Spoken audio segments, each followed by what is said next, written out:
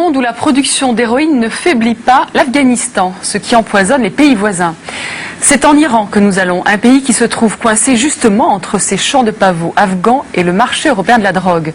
Sur la frontière, l'armée iranienne et les trafiquants se livrent une guerre sans merci. La drogue entre en voiture, à pied, à moto ou encore dans des convois de voitures 4x4 bardés de kalachnikovs et de lance-roquettes. Et cette guerre, image plus inédite, on la retrouve dans les rues de Téhéran où des médecins et des associations sans grands moyens se battent pour aider les héroïnomanes à se sevrer. Dans un pays où l'opium a longtemps été consommé de façon traditionnelle, ils sont de plus en plus nombreux maintenant à devenir dépendants de l'héroïne, à devenir toxicomanes. Et c'est la jeunesse iranienne qui est en première ligne. Regardez ce reportage exceptionnel d'Alexis Oran et Claudine Seguin. Nous sommes au sud-est de l'Iran, tout près de la frontière. Au-delà de ces montagnes, il y a d'un côté le Pakistan, de l'autre l'Afghanistan. Cette route arrive tout droit d'Afghanistan, ce pays considéré comme le plus gros producteur d'opium et d'héroïne au monde. Ce sont donc plusieurs milliers de tonnes de drogue qui pénètrent ici chaque année en Iran, une zone particulièrement surveillée. À ce poste de contrôle, tous les véhicules sont systématiquement fouillés. Les soldats ont des chiens formés par des policiers spécialisés venus de France et qui répondent aux ordres donnés en français. C'est là, ici, cherche. Cherche.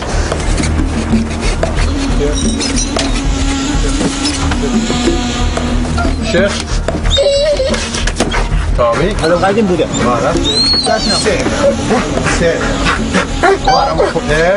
Cherche, Tommy. Cherche. Tommy, cherche. Il n'y a rien. Oui, tous les passagers sont descendus il y a une demi-heure.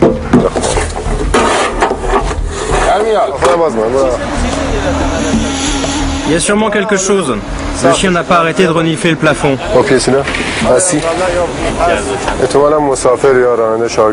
Il y avait une odeur. Il y a certainement eu de la cam là-dedans. Et le passeur a dû laisser des traces sur la trappe et sur le siège. Tous ces véhicules stationnés sur le parking du quartier général de l'antidrogue ont été saisis. Ils servaient à transporter de l'opium et de l'héroïne. Un camion vient d'être intercepté tout près de la frontière afghane, à une vingtaine de kilomètres d'ici. Le colonel Mansour, chef adjoint de la lutte antidrogue, voit défiler chaque jour des dizaines de véhicules suspects comme celui-ci. Dans ce camion aussi, le chien a réagi. Je pense que l'on va trouver quelque chose. On a ramené le véhicule ici pour le fouiller. Les policiers ont la certitude qu'il y a de la drogue dans le bric-à-brac que transporte ce jeune chauffeur. Les chiens vont rapidement la dénicher.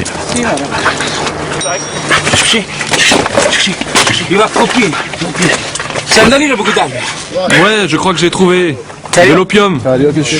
Il faut fondre l'opium, alors ils remplissent la bouteille, ils la ferment bien pour que ce soit le plus étanche possible. Comme ça, on ne sent pas l'odeur. Ils ont très peur des chiens renifleurs, vous savez. Alors ils font tout pour les tromper, d'ailleurs. Vous verrez, dans la cache, il y a plein de poivre partout.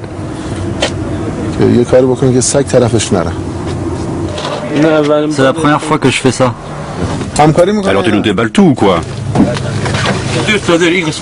Cet homme n'est en fait qu'un petit trafiquant et il va très vite coopérer avec les policiers. Pourquoi tu as caché ta carte SIM?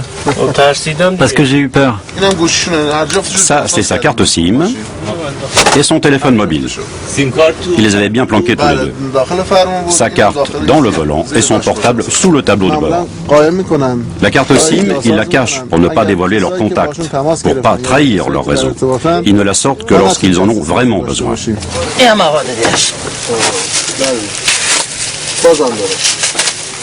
Hé, viens voir.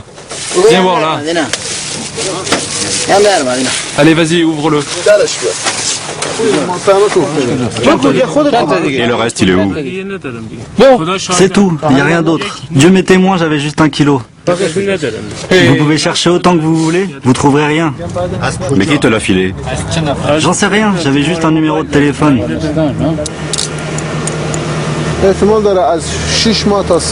Il risque 6 mois à 3 ans de prison, en plus d'une amende bien sûr. Et comme son camion avait des caches aménagées, eh bien il sera sûrement immobilisé. ماشینش هم جاساز داشته احتمال اینکه مصادره بشه هم هست ماشینشو مصادره کنم. این سواری‌ها که Là, ce sont tous les véhicules qui ont été saisis. خیلی وقت پیشا این دور و بر 70 کیلو ازش. Dans celui-ci, on a trouvé 70 kilos de cam dans le réservoir. این خودرویی که این تو کفش Dans celui-là, il y en avait plus de 100 kilos et il l'avait planqué sous le plancher. Et puis dans celui-là, 35 kilos sous un chargement de pierre. زیر سنگ بوده. Le colonel Mansour tient à nous montrer les deux dernières prises. Dans ce bus, il y avait 280 cachettes.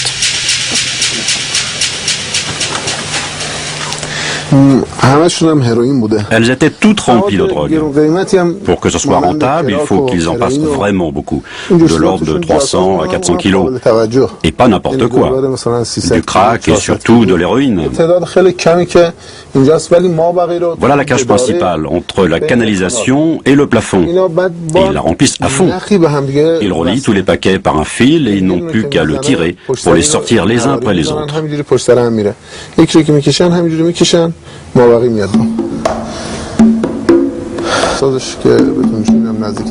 Dans cette citerne, il y en avait près de 2 tonnes. Ça, c'est une cavité que les trafiquants ont fabriquée eux-mêmes. On y accède par ici. Ils font descendre quelqu'un de très mince à l'intérieur pour empiler les paquets. On a découvert ce genre de planque très récemment, c'est tout à fait nouveau.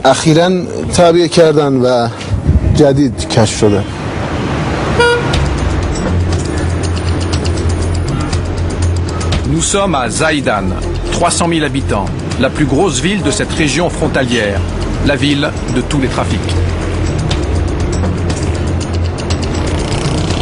Un officier de l'antidrogue nous conduit à l'état-major de la police. Nous arrivons au moment où s'achève une grosse opération. Les derniers soldats rentrent à la caserne.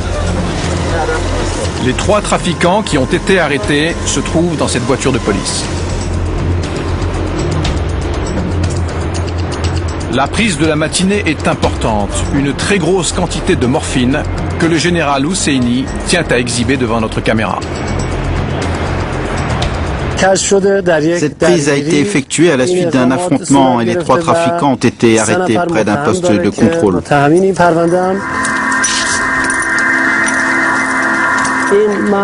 Ils venaient d'Afghanistan et ils se dirigeaient vers le centre du pays. C'est hier soir à 20h que l'on a lancé l'opération. On a engagé de gros moyens, des hélicoptères. Finalement, on a pu les arrêter ce matin vers 10h.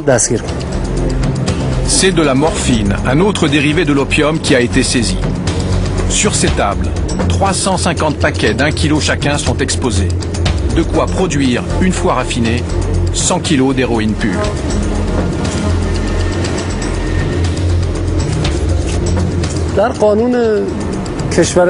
En République islamique, les peines prévues en matière de trafic de drogue sont très lourdes.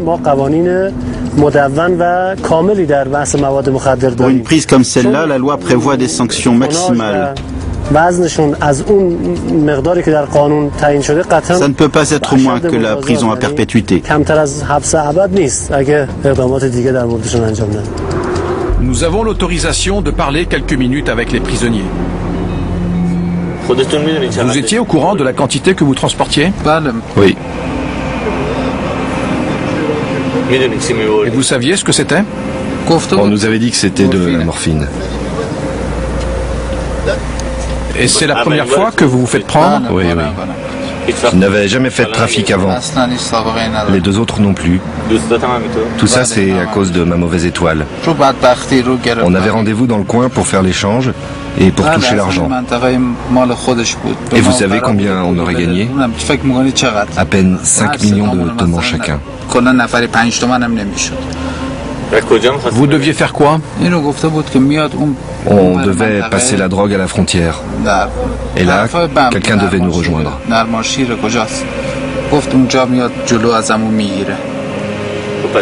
Et pourquoi avoir pris tous ces risques alors? Misère, chômage, pauvreté, Et pour quelques sous, j'ai accepté. Tu connais le châtiment? L'exécution.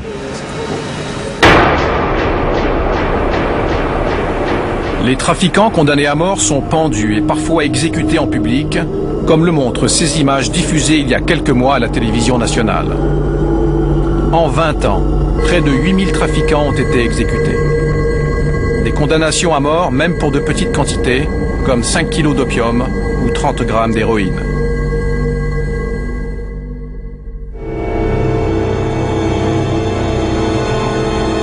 Toute la drogue saisie en Iran est stockée près de Téhéran, où 2 fois par an, un grand spectacle est organisé sous l'œil de Satan. Sur ces images que nous nous sommes procurées auprès de la télévision iranienne, ce sont ce jour-là 60 tonnes de drogue qui partent en fumée. C'est à Téhéran, cette capitale de 15 millions d'habitants, que nous mesurons l'impact de ce trafic. Il y a 800 000 toxicomanes selon les chiffres officiels et 5 tonnes d'opium sont consommées chaque jour. Nous sommes très loin de l'image policée qui colle à la République islamique d'Iran. Le docteur Sedghi s'occupe des drogués depuis plus de 15 ans. Il connaît parfaitement les endroits où ils se retrouvent. Et c'est avec lui que nous allons les rencontrer. Ici, on est dans le sud de Téhéran, le quartier Kazan.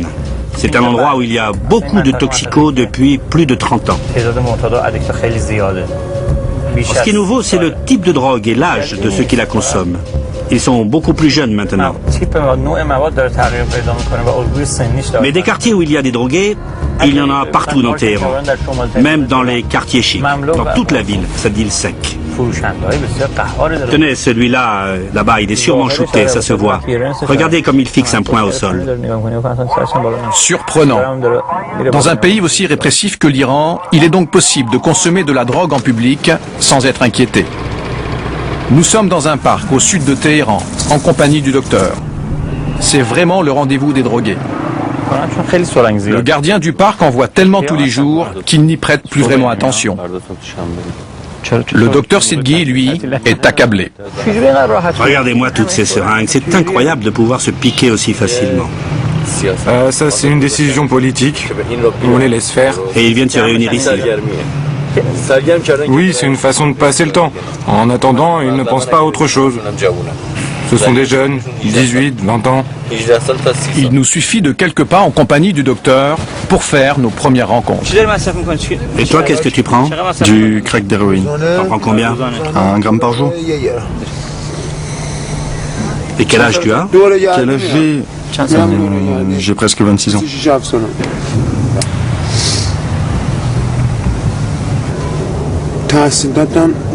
En 1995, j'ai été arrêté parce que j'avais de l'alcool sur moi. Alors les flics m'ont embarqué. Ils m'ont battu au nom d'une république soi-disant islamique. J'y ai laissé un rein et puis on m'a mis en prison, à Evin. J'ai passé 2 ans dans cette prison. Quand j'en suis sorti, j'avais tout appris. Voler, faire du trafic, tout quoi. Là-bas, j'ai connu toutes sortes de choses. Quand je pense qu'avant, je ne connaissais même pas la cigarette.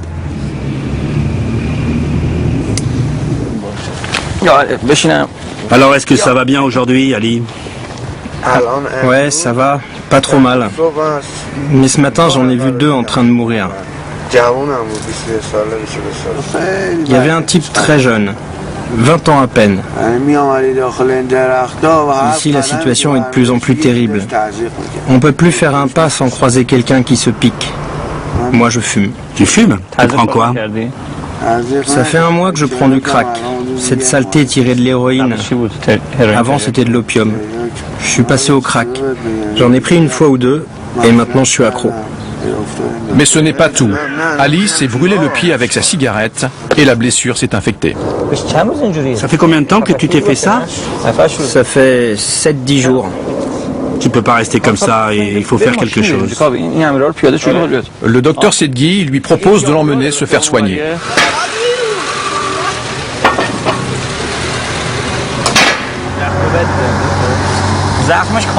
La plaie n'est vraiment pas belle. Si on ne fait rien, ça peut devenir dangereux. Il lui faut absolument des antibiotiques. Sinon, il risque la gangrène. Que Dieu fasse que l'on n'aille pas jusqu'à l'amputation. Il n'existe pas de centre médical pour les toxicos en Iran. Et comme ils n'ont pas d'argent, impossible pour eux de se faire soigner. Alors pour une simple infection, il y en a beaucoup qui finissent par mourir. Mais toi, t'as un boulot? Pas vraiment. On me donne pas de travail à cause de cette saloperie de drogue. Les boulots, je les perds tous au bout d'une semaine. Je les garde un mois maxi. Avec la drogue, c'est impossible de travailler. C'est vraiment la galère.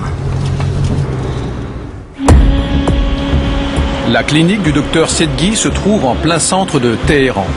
Elle est spécialisée dans le traitement des toxicomanes. C'est là que nous retrouvons notre médecin. Son établissement compte 12 lits et il prend en charge plus de 350 malades chaque année. Le docteur Sedghi est un pionnier de la désintoxication. Sa clinique a déjà 10 ans. Ce jeune homme de 23 ans, arrivé ce matin, s'appelle Abbas. Il a déjà subi 3 cures de désintoxication avant de replonger une nouvelle fois. Bon, alors tu prends 2 grammes par jour? Oui, toutes les 12 heures. Et ça fait combien de temps que tu prends du crack? 2 ans. 2 ans. Vous pourriez éviter de prononcer ce mot crack, ok? Parce que quand j'entends ça, mon corps se couvre de sueur. On les garde tout le temps sous sédatifs. Comme ça, au moins, ils peuvent dormir et ne plus sentir la douleur. Aujourd'hui, une dizaine de centres de soins comme celui-ci ont vu le jour. Tous sont privés et coûtent très cher. De toute façon, par rapport au nombre de drogués qui ne cesse d'augmenter, c'est très insuffisant. Dites-moi qu'il y a du crack pas loin et je renverse le lit. Et tout ce qu'il y a sur mon chemin. Et tous ceux qui sont là aussi. De toute façon, qu'on nous garde 10 jours, 1 mois ou 6 mois loin de la drogue, ça ne servira à rien. Ce qu'il faudrait, c'est qu'il y en ait à côté et que je n'ai plus envie d'y toucher. Vous comprenez pourquoi maintenant 90% de nos patients, à peine sortis de la clinique, replongent en moins d'1 an. Et ils sont de plus en plus jeunes à être touchés par ce fléau.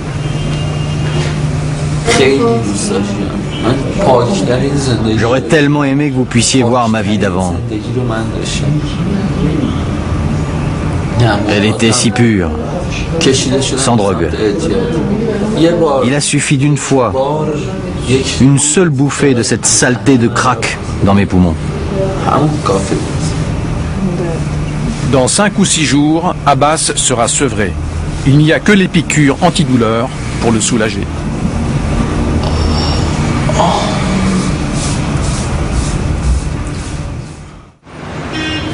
Tous les toxicomanes de Téhéran n'ont pas la chance de pouvoir se payer un séjour en clinique. C'est le cas de Mehdi, ce jeune homme que nous avons rencontré. Lui aussi veut en finir avec la drogue. Accompagné de sa mère, il va passer par une ONG locale, Reborn, pour essayer de suivre une cure de désintoxication dans l'un de ses centres. Mais il n'y a pas de place pour tout le monde et il doit passer une série d'entretiens avant de pouvoir être admis. Mais qu'est-ce qui t'a poussé à venir ici, Mehdi? Je suis venu là pour arrêter de me droguer. Et qu'est-ce qui s'est passé? Ça a été quoi le déclic? Ma famille, je l'ai bousillée.